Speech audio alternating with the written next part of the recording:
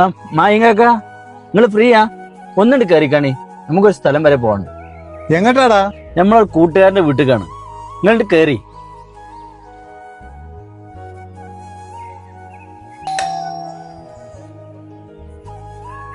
ആ അബോക്ക കേറി കേറി.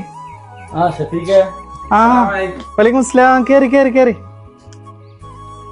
ഇരിക്കെ. ഇതാരാ? ഇത് നമ്മളെ സുഹൃത്താണ്. ഞാന് മൂപ്പരെ കൂട്ടിയാണ് പോന്നാണ്. ആ ആയിക്കോട്ടെ, ഇരിക്കെ. എന്തൊക്കെ വിശേഷം? സുഖല്ലേ? ആ സുഖാണ്.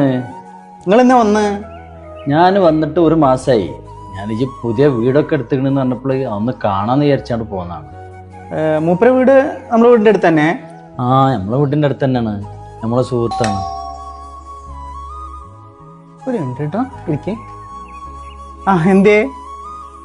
ഇത് പാലിന്റെ ബില്ല്. ആ ഇപ്പൊ തരാട്ടോ. ഓക്കെ. ഒരു മിനിറ്റ്, ഞാൻ പാലിന്റെ പൈസ ഒന്ന് കൊടുത്താ കേട്ടാ. ആ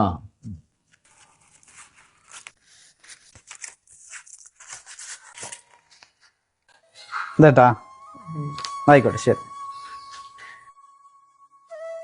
മാഷാ അല്ലാ ഷഫീഖ, എൻ്റെ വീടും പരിസരവും ഒക്കെ നല്ല വൃത്തിയായിട്ടുണ്ട്.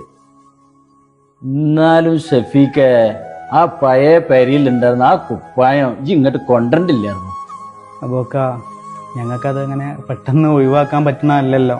10-15 കൊല്ലം മുമ്പ് ഇപ്പം മരിച്ചിരുന്ന അന്ന് ഇട്ടിരുന്ന ഷർട്ടാ അത്.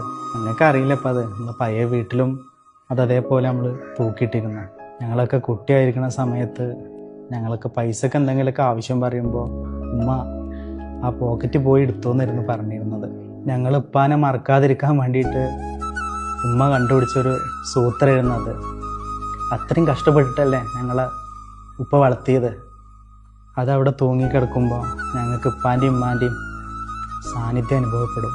അതുകൊണ്ട് വെച്ചതാണ്. ഇപ്പോൾ കുറച്ച് പൈസ ഉണ്ടായി എന്ന് വെച്ച് കഴിഞ്ഞാൽ നമുക്കത് പറ്റൂലല്ലോ. അല്ല അപ്പൊ ഉമ്മ 2 കൊല്ലം മുമ്പ് മരണപ്പെട്ടു.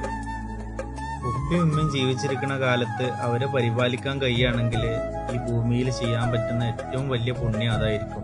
അല്ല ഇതിപ്പോ എന്ന് പോണ്? ഞാനിപ്പോൾ അടുത്ത മാസം പോകണമെന്ന് കരുതുന്നുണ്ട്.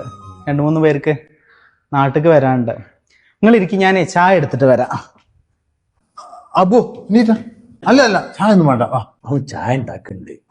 ചായയൊക്കെ നമുക്ക് പിന്നെ കുടിക്കാം. ജിങ്ങട് ബാ. എന്താണ് കാര്യമുണ്ട്, ഞാൻ പറഞ്ഞുതരാ. നിങ്ങൾ കാര്യം പറ, എന്നിട്ട് പോയാ മതി. അല്ല ഞാൻ പറഞ്ഞുതരാം. നിങ്ങൾ എത്ര കുറച്ച് പ്രായമുള്ളൂ എനിക്ക്. മോന്റെ മുന്നിൽ ഇരിക്കാനുള്ള ഒരു അർഹത എനിക്കില്ല. ഞാൻ പള്ളിന്റെ അവിടെ ഒന്ന് ഇറക്കി തരും. പാന്റെ മാന് കബറുകളൊന്ന് പോകണം. ആ ഇന്ത്യ മയങ്കാക്ക ഇപ്പൊ എങ്ങനെ? എടാ, ജീവിച്ചിരിക്കുന്ന കാലത്ത് ഉമ്മാക്കും ഉപ്പാക്കും ഒരു സ്വസ്ഥതയും സമാധാനവും ഞങ്ങൾ മക്കൾ കൊടുത്തിട്ടില്ല. ബാപ്പ മരിച്ചതിന്റെ 3-ാമത്തെ ദിവസം സ്വത്ത് ഒരേക്കാന്നും പറഞ്ഞാട് ഏട്ടാഞ്ചന്മാർ കച്ചറ തുടങ്ങി. ഇവിടെ വന്നപ്പോഴല്ലേ, ആ കുട്ടിന്റെ ഇത് കണ്ടപ്പോഴല്ലേ നമുക്ക് ഓരോ വില മനസ്സിലായത്. മരിച്ചുപോയ ബാപ്പാന്റെ കുപ്പായത്തിന് വരെ എന്തൊരു പ്രാധാന്യം ആ കുട്ടി കൊടുക്കണത്. കപ്പിങ്ങ പോയി ഇത് സാരില്ല, അറിയാതെ പറ്റിപ്പോയതല്ലേ. കബറിങ്ങൽ പോയി കണ്ട് ദ്വാരക്ക. അതൊക്കെ ചോദിക്കാൻ ആ കുട്ടിക്ക് എത്ര പണി? അവനെ അധികം പഠിച്ചിട്ടൊന്നുമില്ല. ബാപ്പാനും ഇമ്മാനും നോക്കാൻ വേണ്ടിട്ട് 10ാം ക്ലാസ് പകുതിയിൽ നിർത്തിക്കാണ്ട് പണിക്ക് പോരെ തുടങ്ങിയതാണ്. ഇപ്പൊ അവനിക്ക് ഗൾഫിൽ 2 സൂപ്പർ മാർക്കറ്റ് ഉണ്ട്. അതിന്റെ അടുത്തുള്ള കമ്പനിയിലാണ് ഞാൻ ജോലി ചെയ്തിരുന്നത്. നല്ല നസീബാണ് ഇപ്പൊ അവനിക്ക്.